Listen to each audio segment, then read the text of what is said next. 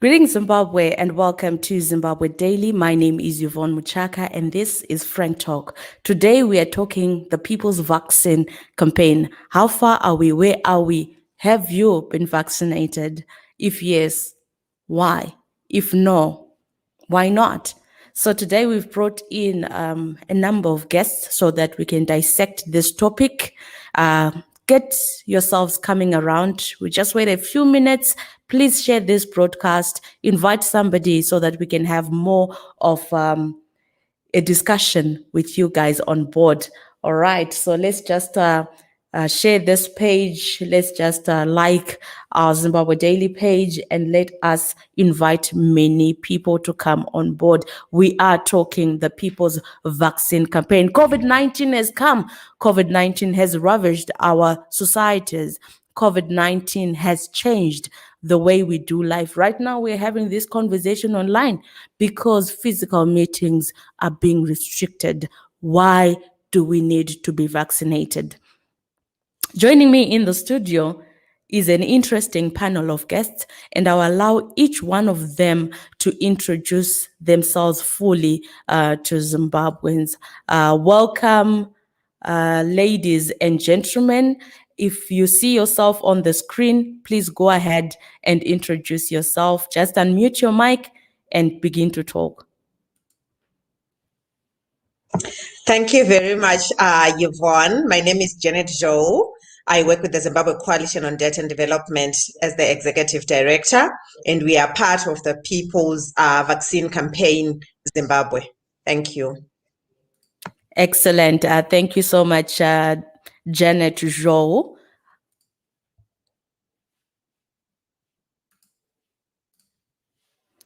Kindly unmute yourself, sir, and begin to speak.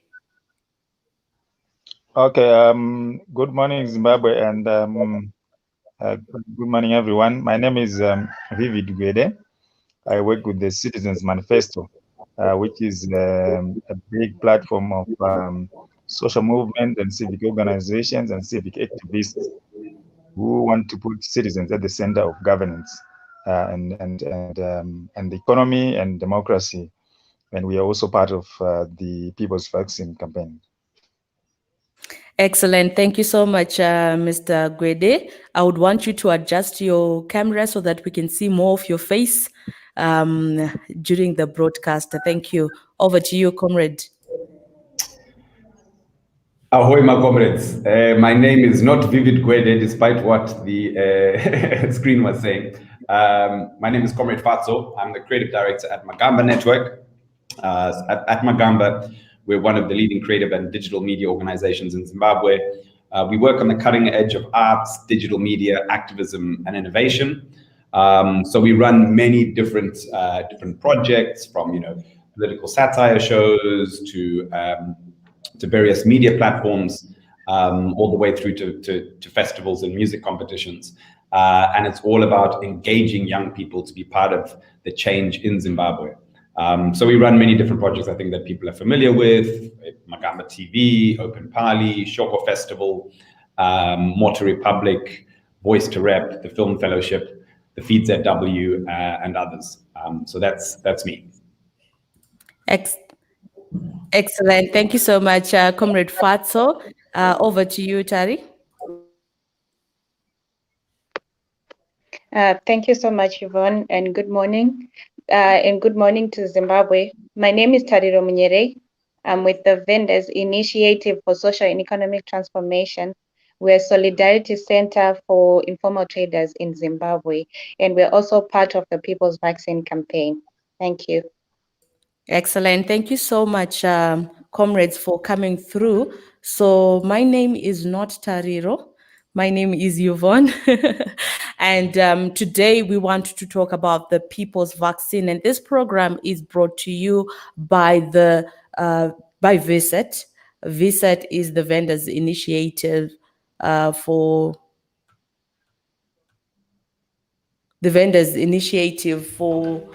something, visit. So we have Tariro Munyerei coming through, and she is going to be telling us a little bit more about how the informal sector is taking in the initiative of vaccination. So we are talking about the vendors initiative for social and economic transformation coming through with this program in partnership with Oxfam. So I will come straight to you, Janet. I want you to give us an overview of the current vaccination program by government. Where are we?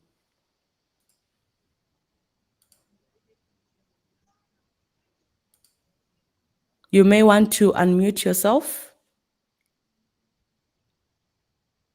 Thank you very much for this question. And of course, I'm not necessarily coming from government, and I'm not so sure in terms of exactly where we are. But I will just try to share some of the steps that the government has taken, which we have acknowledged and also taken note of from the People's Vaccine Zimbabwe campaign as partners within that initiative. And I think firstly it is to acknowledge the government for the COVID-19 vaccination rollout plan that they produced in February 2021. We had called for that as the People's Vaccine Campaign, even reached out at the AU level for the government to actually publish that vaccination rollout plan, and we got one. We still had issues around it in terms of the comprehensiveness, because for us, we are taking the issue of the vaccination as a human rights issue, as a financial issue that requires resources, and as a public issue in which the vaccine must be accessed by all. But we would want to acknowledge that the fact that there was that step from government to give us something to work with, and also to input in terms of how that can be improved. We have also seen the government embarking on an awareness raising program, which is something that we also want to acknowledge. Initially, we had concerns in terms of the awareness amongst the members of the public, and I think it remains. There still needs for more to be done so that people are aware that they can now access the vaccine, because initially the government had indicated that they are only vaccinating the frontliners, that's our health workers, parliament, and the like. But now it is accessible for everyone who would want to be vaccinated and have made a decision that they want to be vaccinated. We're still calling for more awareness in terms of the effects of the vaccine, in terms of the different centers that the government is opening up, and also that they are opening up as well for other players. So I think that issue remains. We initially as well, there was a very low uptake of the vaccine, and we were giving it or attributing it to different reasons, mainly around the awareness, the different conspiracy theories around the vaccines that were approved by the government. And I think it's a global issue, but there has been a little slight improvement on the uptake, because now the government is talking of close to 500,000 people that have received vaccination, either the full dose of the 2 dosages, or at least having received and awaiting for the next dose. So we continue to call for that awareness, and I think something is happening. Maybe just to raise that, still there are concerns in terms of a robust and comprehensive plan towards the realization of the herd immunity. And the herd immunity, you're talking about 60% of the population has to be vaccinated. And this hasn't been clear in terms of exactly how and when the government is saying we would have reached this. And it also takes, the public awareness issues that we have raised. The decentralization aspect has to actually be more robust. The government did some decentralization in council clinics, community clinics, in hospitals, and now have opened up for the private sector to be part of it. So that is a good initiative. But for us to reach the 60% when we are only at about 500,000 at the moment, it still means that we have a long way to go. Then there is, I think, around the overview, around the efficiency and the effectiveness of the national rollout plan. I think this is something that we have to take lessons from other governments, because this is a global pandemic. How do we ensure that it is effective? How do we ensure efficiency in the rollout? I think we have cases such as India that are really grappling, with the third waves, with the different kinds of waves, and there is need for efficiency and effectiveness so that we cover all the critical sectors and we do not fall into the third wave or into other waves that may actually come. And also taking from the lessons, I think we still need to have a well-defined calendar. If you look at countries like South Africa, they actually have a well-defined calendar of events for the vaccination program. And this has to be made public and this has to reach to the people, and we're still failing on that bit. So we need to publicize and have a publication of the vaccination schedule, which says by such and such a time, we should have reached this target population and this demographic location, and these sectors would have been covered. So I think that is something that we still need to improve on. And also on the projected statistics, I think they go, like I said, COVID-19 is also a financial issue. It's a social and economic issue. We need to know in monetary terms, how is the government doing in that regard so that people are vaccinated, and how we roll out until end of year or mid-term, so that we can be evaluating and monitoring as well as civil society organizations, as citizens. I think there is a big issue around there. I'll conclude by the procurement.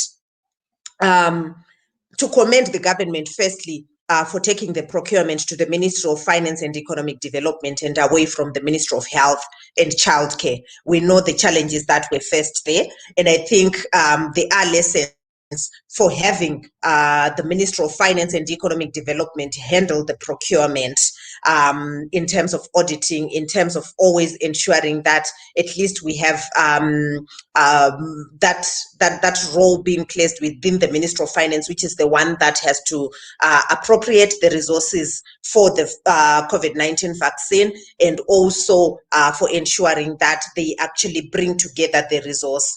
I think there is need, though, that we continue to open up in terms of the vaccine procurement, the quantities, the amounts involved, and ensure that we safeguard public funds and build trust amongst the general citizenry. I think there is a lot that's going on in Zimbabwe, and procurement is a big issue that we're continuing to call on the government that they may procure, but we want to see the procurement, and we also want to see the receipts in terms of what they are procuring. I'll end there, Yvonne, and hand over the mic to you. Excellent. Thank you so much. I think that's why you are, the executive director of the Zimbabwe Coalition on Debt and Development. Your major concern and focus is obviously on the issues to do with resources, financial resources. Where is the money going? Where is the money? Where are we? How do we need to improve? Where do we need to improve? So those are really critical areas around COVID-19, and the murkiness around the whole issue has also contributed to what we see, the lethargy, the apathy that people have even in uptaking these resources. Now I want to come to you, Comrade Fatso, and what is your role? What is the role of the creative sector in the current campaign? What are you doing? How are you encouraging the people? Are you encouraging them to get the vaccine, or are you encouraging them not to get the vaccine? What is the role of the creative sector? Yeah, I think it's. I think there's a really important role for the creative sector in Zimbabwe to play in this, and I think that's why, of course, as Magamba, we're part of the People's Vaccine Campaign alongside the great organizations that are with us here today on the program, as well as others like Zimrights and Vatsana. And I think there's a big role to play in terms of raising awareness amongst citizens about why vaccines are important, about why it's important they get vaccinated, and combating fake news about the vaccines. And I think that can be done in such a powerful way by creatives, by content creators, by satirists. I think in many ways there's so little trust in government at the moment. And I think even from surveys that were done early on in the vaccination program, one of the reasons the uptake was so low was low levels of trust in the government and also low levels of trust in Chinese manufacturing. And I think, of course, we can understand why. I mean, we've got a corrupt and inept government, and so people lack trust. So I think on the side of creatives, it was really important for us to be able to also analyze, okay, what vaccines are out there, what information can we put out there for people. I think initially in the campaign, with the People's Vaccine Campaign, one thing that alongside the other partners in the campaign that we were pushing was also, as Janet was saying, asking for a clear rollout plan from the government, which vaccines are being chosen and why. I think first, we need to establish that, and I think that was an early success in the campaign where a rollout plan was published. Sinopharm now, we've seen recently has gotten emergency WHO approval. So I think that was one phase in the campaign, was just making sure that our government has published a clear rollout plan so the vaccines can get out there. I think then the next phase, which is really important, is about raising awareness about why it's important to get vaccinated and combating the fake news, because there's so much fake news out there. We hear influencers, influential people, so-called prophets who are saying, no, I saw into the future, and all the Africans who took the vaccine, right, they died. Only the ones who didn't take the vaccine are still on the continent.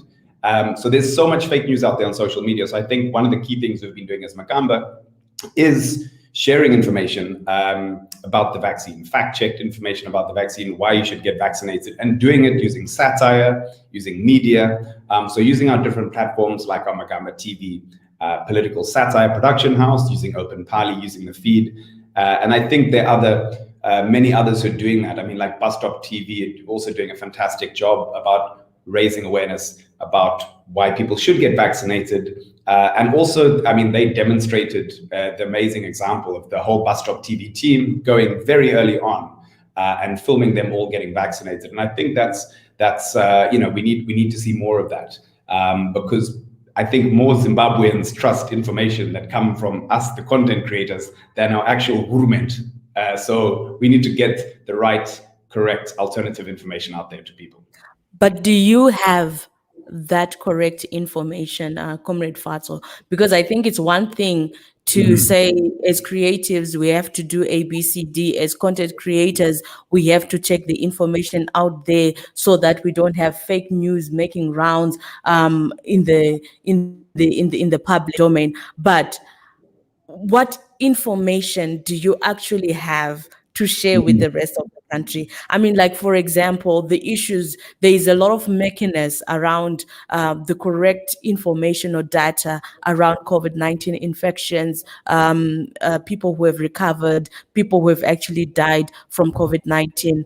The death rate, for example, people have been deathly silent around that issue. What is the death rate for Zimbabwe, for example, in the last year and this year compared to the other years before that? Why is it that information somehow seem to not be coming out? How do you promote something that you don't have adequate information for? Oh, that's a really good question, Yvonne. I think the fact is that our government isn't putting out adequate information and correct information about the number of infections and the number of deaths in Zimbabwe. I strongly feel, also having talked to other, to medical professionals, that there's a big underestimation of, the number of deaths and infections from COVID in Zim. So that of course is information that I think that we're getting from the Ministry of Health that isn't necessarily correct. What the information that I think we can work with, because of course government information isn't that reliable. I think the information that we can work with is about the quality of vaccines, the causes of COVID-19 and so forth. So that's the kind of information we need to get out there. We can fact check internationally about the Sinovac and Sinopharm vaccines, so which we've been doing as the campaign, literally reading international medical research, reading articles in respected papers like the New York Times and so forth, to find out, is Sinovac or Sinopharm decent vaccines with a good efficacy rate before they get WHO approved. And so I think also we had to do the research to ensure that before these things are WHO approved, should we also be encouraging people to take them? And I think from a lot of the research that there is internationally, is that both those vaccines have a decent efficacy rate. It's better to get a vaccine than not get a vaccine. And so I think that's the kind of information that we were wanting to get out there, is that COVID-19 is real. It's better to get vaccinated than not. And we need to try and put as much adequate information out there, especially based on the lack of a proper awareness raising campaign from our government. So I think that's been really important, is combating the fake news to encourage people to take the vaccine. And I think, the next step in our campaign is really, now that there is the rollout happening, we've got nearly 500,000 people vaccinated in Zimbabwe, which is a high number for Southern Africa. I think, the next stage in the campaign is really to push for an end to what many people are calling the global vaccine apartheid, which is the fact that rich countries in the global north, the US, yeah, Europe, China, and so forth, have been hoarding vaccines. You've got cases where countries like Canada had enough vaccines to vaccinate one member of their population, each member of their population, 9 times.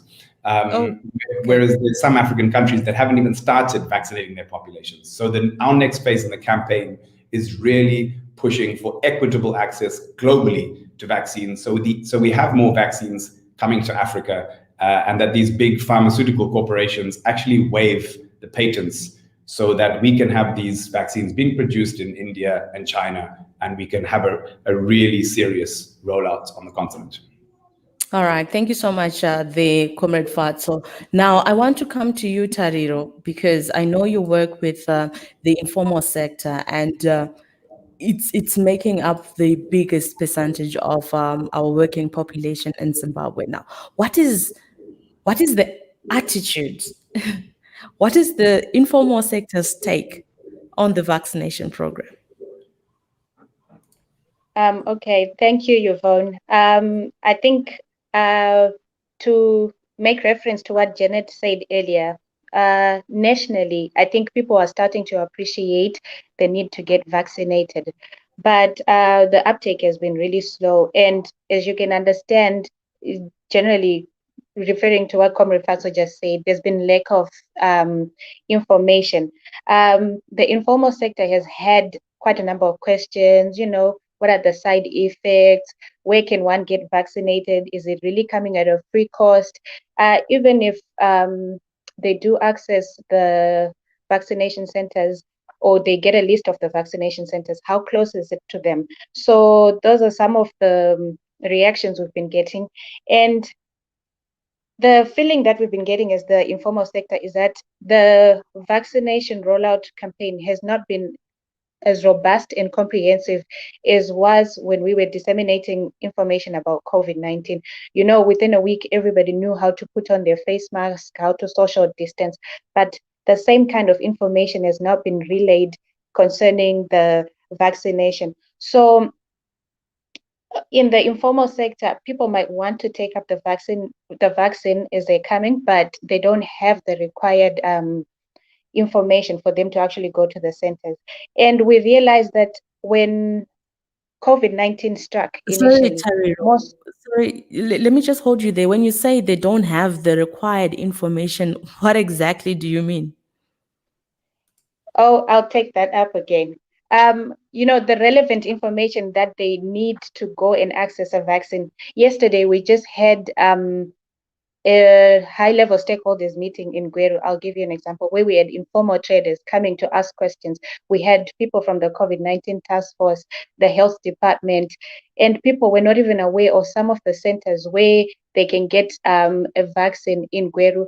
And is the vaccine free? What are some of the side effects? So that kind of information. As the informal sector, we feel that there's need to increase and have a robust awareness campaign targeting specifically informal traders, because I think they don't have the time to actually use mainstream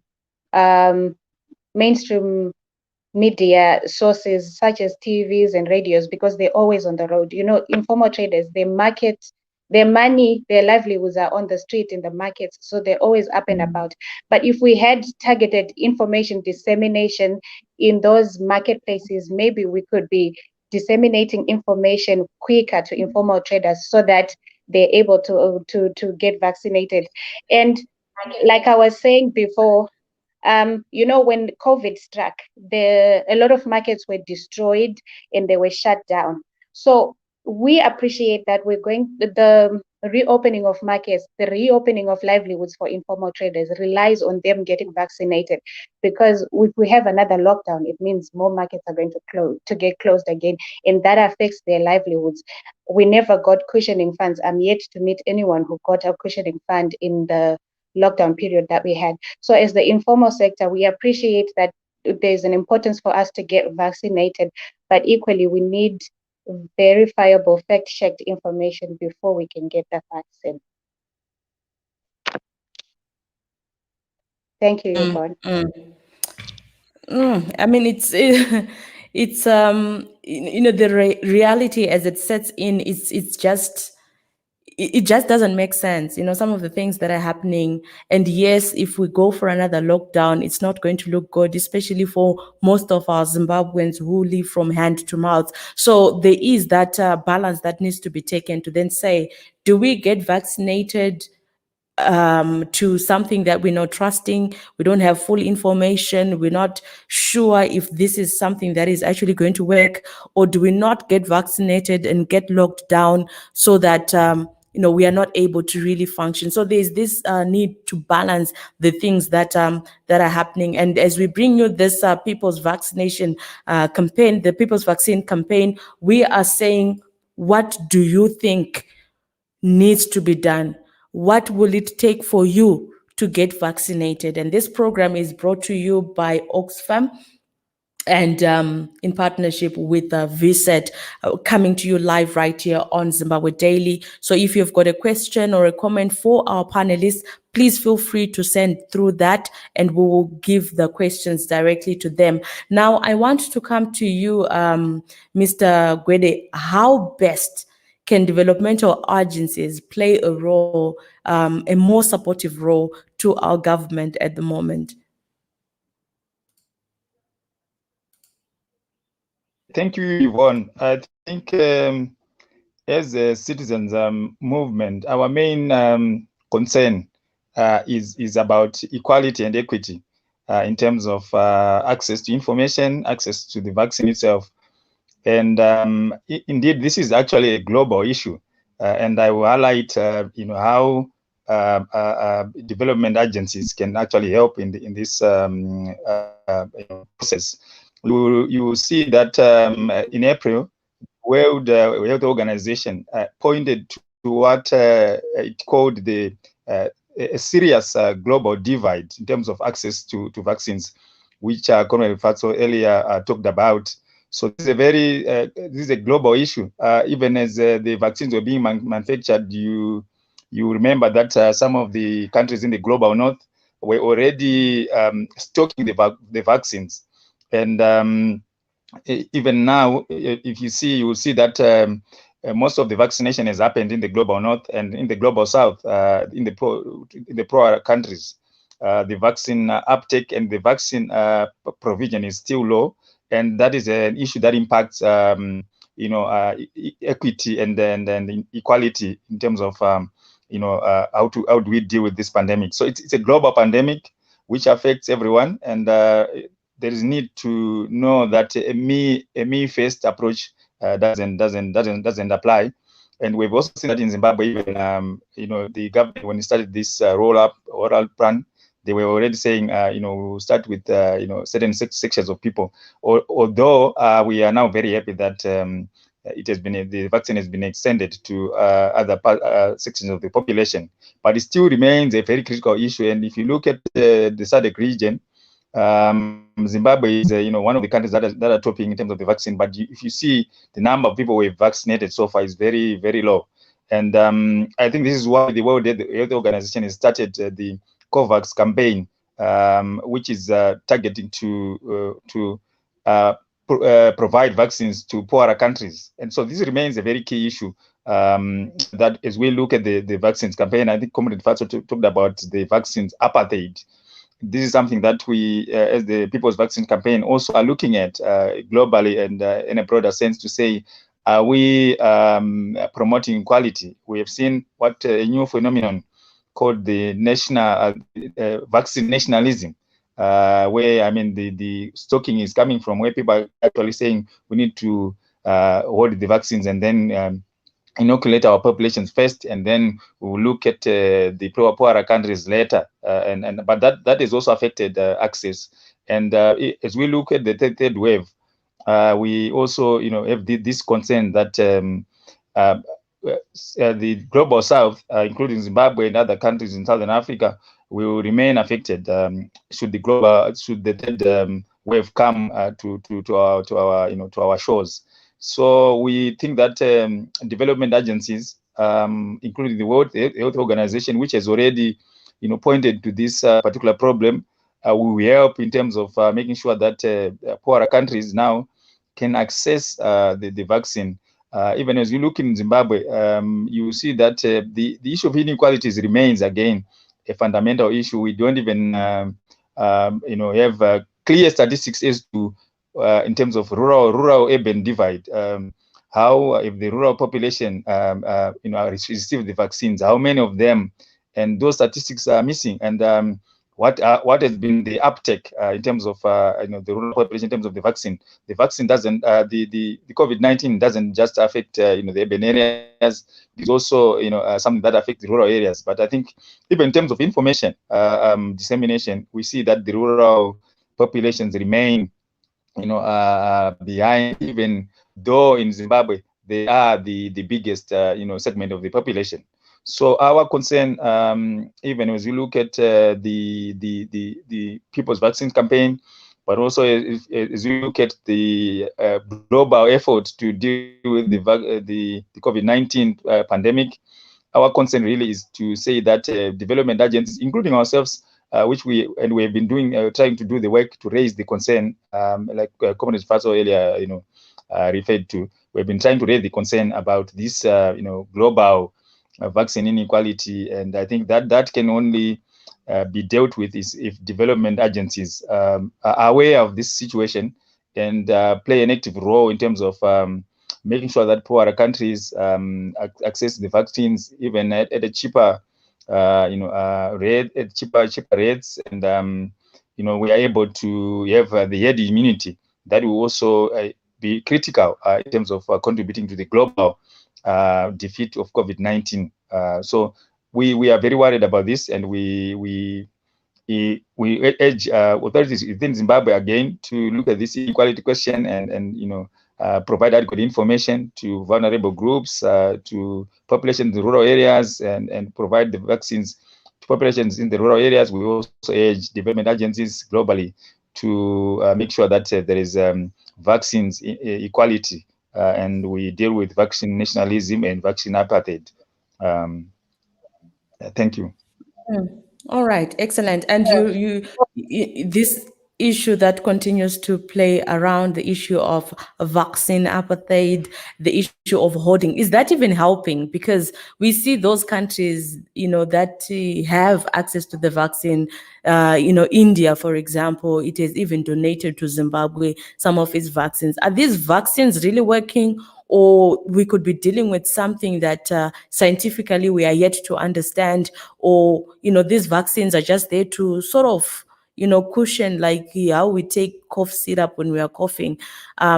Is it as development agencies, is there hope, at the end of the tunnel? We all get vaccinated. Is there hope that this thing will disappear from our face? I think that there is hope that the COVID-19 will be tamed, but that hope will only materialize, like I said, if all the populations of the world are inoculated, and we have a collective, not national herd immunity, but a global herd immunity. And some of these problems that we are seeing, the third waves, are also as a result of other populations receiving vaccines later than the others. And the COVID-19 variants now are beginning to arise in certain parts of the world. And that is a danger, not just to those populations that are being affected, but also it's a danger to the world, because once we have these variants, then it means that we are dealing with a new problem on our hands. Mm-hmm. So we hope that science will get ahead of this problem, but also we hope that social justice will also help us get ahead of this problem. And I mentioned social justice in terms of equitable access to the vaccines, so that we all achieve the herd immunity that we need. Right. It's actually quite interesting. Janet, what gaps do you think can be addressed before this campaign is taken to the rest of the country? I know we're talking about, achieving social justice, making sure that we include the rural areas in terms of our planning purposes. How do we do the rollout into the rural areas, as Vivid was talking about, even the country not having enough capacity to actually get the vaccination. So what gaps do you think needs to be addressed before this campaign is taken to the remotest part of this country? Thank you very much, Yvonne, for that. I just want to start by saying that I think as a People's Vaccines ZW, we have rolled out our own campaign throughout Zimbabwe, because the partners or the members of this campaign, they cover the whole of Zimbabwe. So we are talking of organizations like Zim Rights, like the Citizens Manifesto, like VSET, like Magamba, like Kubatana. And we're using different initiatives to reach out to the citizens, even in the remotest of areas. So this could be through the community radios, through our WhatsApp chat rooms and stuff, where we are sensitizing people on their right to the vaccine, but also giving them information that we are getting with regards to the vaccines that have been approved by Zimbabwe. So in the same vein, we believe that our government can use as well different channels to communicate information and ensure that we have a balanced diet when it comes to the information that we are churning out. I think we still lacking that balanced diet, and citizens have to rely on alternative sources of information, and that is very dangerous.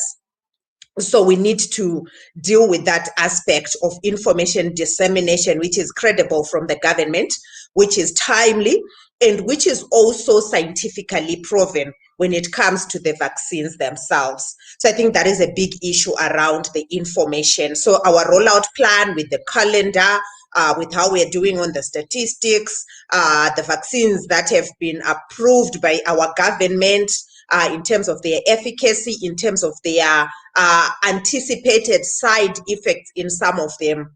I have a very negative testimony when it comes to the issue of the vaccine. I got my vaccine beginning of end of April. I just want to give this as an example in terms of how our government is not prepared, because it is a personal issue that I faced, and I think many Zimbabweans did.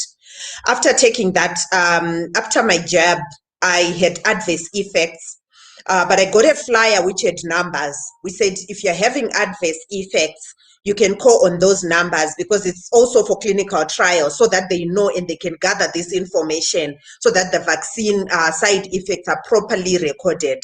I called on the numbers, and when I called on the numbers, the lady who answered my call seemed not to even understand why I was calling. She told me I have to call the Ministry of Health, whatever department she said. Then I said, no, but this number is on your flyer.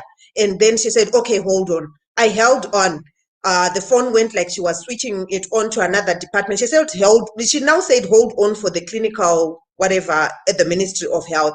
I held on. I was calling on my cell phone. My airtime was going until it hung up that call. But I wanted to report adverse effects. I had to end up calling my physician and tell them how I was feeling. Then my physician told me, no, that's just typical reactions of a vaccine.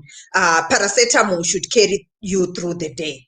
Then I started taking my paracetamol. But here are how many citizens are not informing the Ministry of Health or the government in terms of the different side effects that they are having from the vaccine, so that those who are manufacturing it, they really know. So this is one of those big gaps that I think at a personal level I had, that collision actually with the system that is not prepared to really deal with the issues that are emanating from the vaccine that they have rolled out. There is an issue around the different conspiracy theories. I think as a gap as well is to do with information, and I think I won't touch more on that again. But I wanted to speak as well to the gap of oversight role. We are in May, and by June, we normally have to get the Auditor General's report. And I think as the People's Vaccine Campaign, we are concerned and worried because we know the different COVID gates that happened in 2020. We are waiting for the Auditor General's report because we were promised that there is actually going to be a special report that's looking at the COVID funds. We were also told that there will be a forensic audit actually of the COVID funds. But we are in June. We don't have the 2019 Auditor General's report. This means that we are going to lose out on the 2020 in terms of the timeous release of that report, unless if the Auditor General's office promises that they're going to release simultaneously 2 reports. But we have accountability issues. So our oversight role as citizens, as civil society, as parliament is actually curtailed. And I think this is a big gap when it comes to the issue of monitoring how the COVID funds are being utilized. And so we can also see whether the citizens were prejudiced in one way or the other by the COVID gates that we have seen. The other issue is, I was in a meeting where the Zimbabwe Doctors for Human Rights highlighted that despite the fact that frontline workers were the first priority, there still are many who haven't been vaccinated. It could be an issue of making decision, I'm not too sure, but many reasons may come to play. So we need to be thinking about this as a big gap, if indeed we still have frontliners that have not been vaccinated. But I want to believe they actually are, and the Zimbabwe Directors for Human Rights indicated this. I'll put this parallel to the headlines that we have seen as well in the newspapers around South Africans flocking Zimbabwe for the vaccine. I've seen these headlines, including in the public papers like the Herald, but I haven't seen the government response in terms of how are they dealing with this issue. Are these really South Africans who are flocking to Zimbabwe for the vaccine? How are we doing our screening and prioritizing the different sectors so that those are critical, like with predisposed conditions, the elderly, the frontline workers continue to be on top of the list and priority. So I think there is a gap. If indeed we are hearing that South Africans are flocking Zimbabwe for the vaccines that we have, and I'm sure they would also take advantage because we have a low uptake and we have vaccines that most Zimbabweans are not trusting. So it comes with the scientific aspects that we have to deal with. I think my colleagues have touched around our campaign for a patent waiver at the global level to allow developing countries to also produce the vaccine. I think democratization of science and knowledge in public goods is a key issue that we are pushing, and I think there's still a gap. We need to connect the challenges that we are facing from this part of the hemisphere when it comes to the global political economy and access to this vaccine. So I think there still is that issue that we have to deal with in the vaccine nationalism, as it has been shared, and equitable access, where we then can have everyone accessing the vaccine. I will say that we need to address the issue of transparency and accountability in terms of contract transparency when it comes to the vaccine, but also the value for money. We need to also understand some of these aspects in terms of how we are procuring the vaccines. Are they bringing in the value for money as well, so that we can cover even other sectors? We have the informal sector here, and we have been pushing and giving solidarity in terms of social safety nets, in terms of what they lost. So while we address the vaccine issue, as a health issue of COVID, there are social and economic gaps that have been caused by lockdowns and the different measures from COVID-19. So we need to also be addressing those issues, because people lost out. People are struggling to bounce back into the economy or into their normal day-to-day lives in terms of access. Over 8 million people have been said to be vulnerable in Zimbabwe in this year, needing humanitarian aid in one way or the other. These are the big issues that we also have to be plugging in as well into our campaign, and say these 8 million, it means they don't have food, it means they may not have access to water, it means they may not even have the resource for them to access maybe other basic necessities, and the vaccination issue may just be is secondary to them, but they have to be vaccinated if we are also going to deal with this in terms of opening up the economy for their participation. So I think there still are a lot of issues that we have to deal with. But the good thing is that the information out there, the encouragement from civil society organizations, from other prominent people, content creators, in terms of people getting vaccinated, so that we don't get more waves that will cause the economy to be closed once again, is a good initiative that we are taking as a campaign in Zimbabwe. Thanks, Yvonne. I give you back the mic. Excellent. Thank you so much, Janet. Very eloquent in addressing those issues. And now I'll come to you, Tariro. What needs to be done to get the informal traders, the informal sector participants to get the vaccination? What needs to be done? How do we get them? Thank you, Yvonne. I think this is a duty for both informal traders and our government. So just like what Janet was saying and what you said at the beginning of the program, with the population heavily relying on informal trade, and we are the ones who are assisting in the reopening of the economy post COVID-19, I think it's essential that we are prioritized as informal traders in getting the vaccination. So like I said earlier, when they destroyed markets due to COVID-19, they promised to reconstruct markets and decentralize markets. So in as much as they're doing that, I think it's also essential for local authorities in their plans to also decentralize vaccination centers, specifically target informal traders in those informal markets, so that they also get a vaccine whilst they're at work.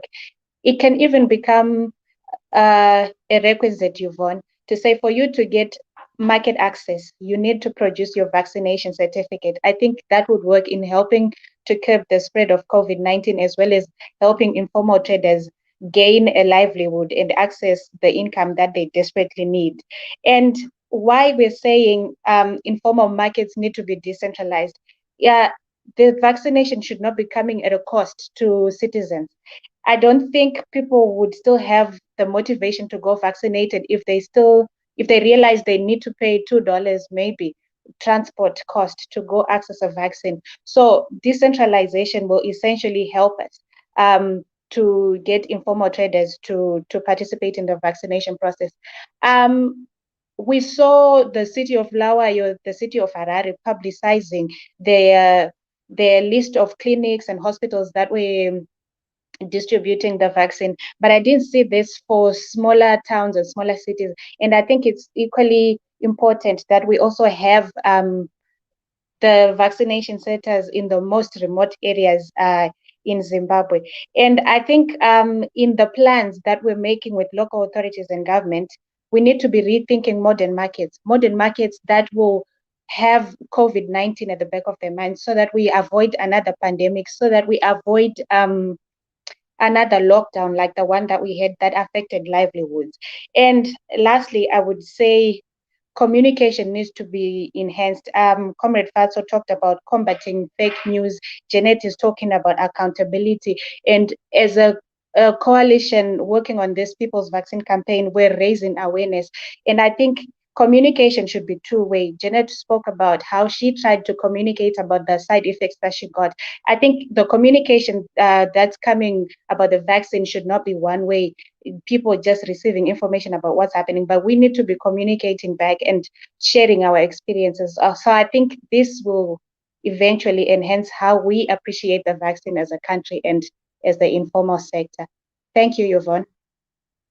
And Tariro, indeed, we need to start appreciating the importance of all of us getting vaccinated. But I'm sure we really do need to deal with the initial information that is in the public domain and try to build that social contract in order to get the people to appreciate what is needed to be done. Now I'll come to you, Comrade Fatso. And we know that the creative sector was really affected by the hard lockdown that we went through last year. And considering that most of our artists were affected by this restriction, how best can they, ensure increased uptake of vaccines so that they can also resume, their livelihoods?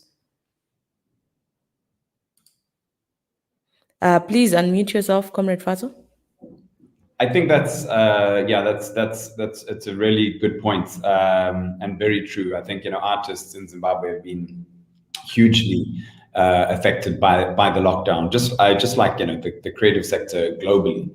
And so, of course, last year we saw I think a lot of creatives being quite innovative and organizing virtual concerts and the like of Nash TV. Organizing virtual concerts as lockdown gigs. Ourselves at Magamba organized Shoko Festival as a completely virtual festival. And so, of course, we've been finding ways to still connect with our audiences. But I think it's really hugely affected the creative sector, because I mean artists are like vendors. They need to be out there on a day-to-day to do the gigs and get paid and be able to put food on the table. So they've been hugely affected by the lockdown. I know there's currently a campaign where artists and promoters are encouraging government to find ways of opening up for gigs in certain smaller circumstances, and having smaller audiences, and having it social distance and outdoors. And I think that's going to be a key thing for us to be able to see, is for the government to also start introducing roadmaps to how we can start seeing support going to the arts, how we can have small socially distanced events.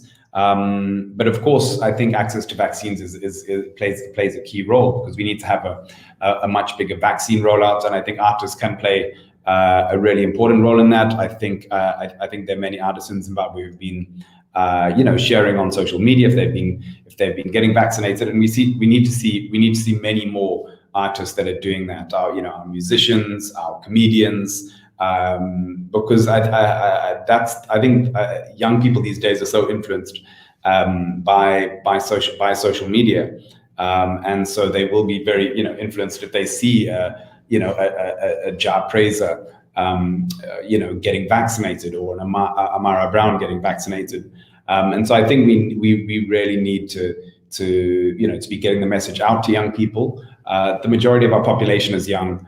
And so I think we really need to as artists, get the message out, use social media for positive means. Yeah, Definitely. 'Cause I really feel like there's a lot of work that needs to be done. There is a lot of negativity around the COVID-19 vaccines, and this has largely been because of the information that came in at the initial stage. And it's a good thing that we're getting into the 500,000 people who have been inoculated. We need to get more people to get the vaccine, but we also need those who are doing clinical trials and all that to come through and make sure that things are going in the right direction. Like what Janet has said, imagine somebody who doesn't even have the airtime or the access to information to say, who do you call if you are having adverse side effects? So we really need to deal with those issues around giving the correct information to our people as we round up, ladies and gentlemen, as we round up this conversation. What would your message be to the people? What would your message be to the government? What would your message be to yourself? If you're like me, who has not gotten the jab for different reasons, what would you say? I'll start with you, Comrade Fatso. What would I say? People when people are talking about these conspiracy theories about vaccines. I mean, guys, comrades, we all got vaccinated when we were kids. We've got our marks here to prove it.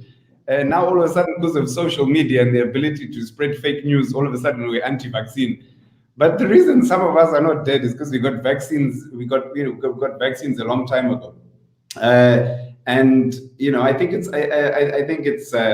there's so much fake news out there, and these vaccines, they're not going to put a microchip in you so they can track you. These vaccines are not made to kill you. I think we need to trust the science, and especially globally, when the vast majority of scientists across the world have given their opinions on the various vaccines on the market, from Pfizer to AstraZeneca, all the way to Sinopharm, Sinovac, Sputnik. These have been tested not just in their home countries, but in the countries where they've been rolled out. So the efficacy rates have been tested, and look, I think some of the vaccines on the market, some have got some are quite high, and you're 80 to 90% efficacy. Others are 50% efficacy,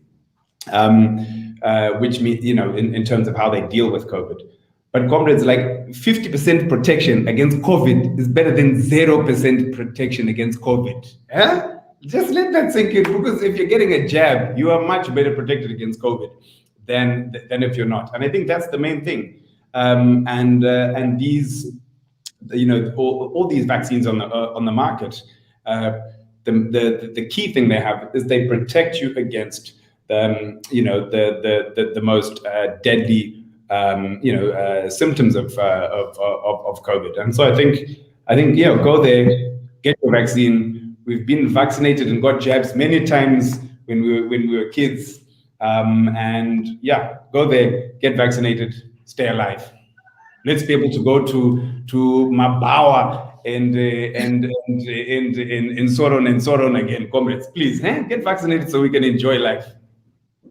Excellent. Get vaccinated so that we can get back to our lives. 50% protection is better than 0%. Let us look at it from another perspective. 50% protection versus 0%. Where are you at? Thank you so much, Comrade Fatso. Over to you, Tariro. Your parting shots. Thank you, Yvonne. I would say it's important for us to get vaccinated. I mean, if I'm going to protect myself, it also helps me to protect you, Yvonne. So I think it's equally important that we all get vaccinated. And to agree with Comrade Fatso, we need to get back to our lives. Vendors need to survive. They need to get back out there. So let's all get vaccinated. Thank you. Excellent. Thank you very much, Tariro. Over to you, Comrade Gwede. Yeah, let's all get vaccinated, and let's all make sure that we have enough vaccines for everyone in the world, including here in Zimbabwe and Southern Africa. Thank you. Right, let us achieve a global herd immunity, you say. Over to you, Comrade Janet. Thank you very much. And for me as well, it's just to encourage the citizens, go and get vaccinated to protect yourself, and so that we reach the herd immunity and we don't get more hard lockdowns. And to the government, please, we want to see the receipts. We want a comprehensive rollout plan of the vaccination, and let the information just be out there that is credible and timely. I think we are here to work together to ensure that we get the herd immunity. And it's not only good for us as Zimbabwe, but for the region, the continent, and globally. We have to get back to working. This economy needs us to put our hands on the deck, and we have been on this drive for quite a long time, and we cannot stop now. So I thank you, Yvonne, for having me on this show. Thank you, ladies and gentlemen, for joining me this afternoon. This program has been brought to you by VSET and Oxfam. We thank Comrade Fatso from Magamba TV for joining us. We thank Comrade Gwede from Citizens Manifesto for joining us. We thank Janet Jo from ZimCord for joining us on the platform, and Tariro coming through from the Vendors Initiative for Social and Economic Transformation, and our partners Oxfam for coming through to give us this program. Thank you, Zimbabwe, for joining us on this conversation. I know it sounds like a boring one, and I know not so many of us want to hear about this, but if we are to build Zimbabwe and if we are to get where we want to get, we all need to get involved in such conversations. Thank you so much for joining me on Frank Talk. Thank you so much, Comrade Fatso, Tariro, Janet, Comrade Gwede, for joining me today. Excellent. Bye. God bless you guys. Bye. God bless you. Bye-bye. Thank you. Bye. Cheers, Excellent. comrades. Bye. Excellent. Thank you so much, Zimbabwe, for joining me on Zimbabwe Daily. We're coming to you live with that program where we were looking at the People's Vaccine Campaign, reflections and recommendations to government and development agencies. We all have a role to play in order for this campaign to be a success. We want to get back to life as we know it. We want to get back to less social distancing and more coming together. So we can only do it if we defeat COVID-19. Thank you so much, Zimbabwe, for joining me. This is Zimbabwe Daily. Have yourselves a wonderful rest of day.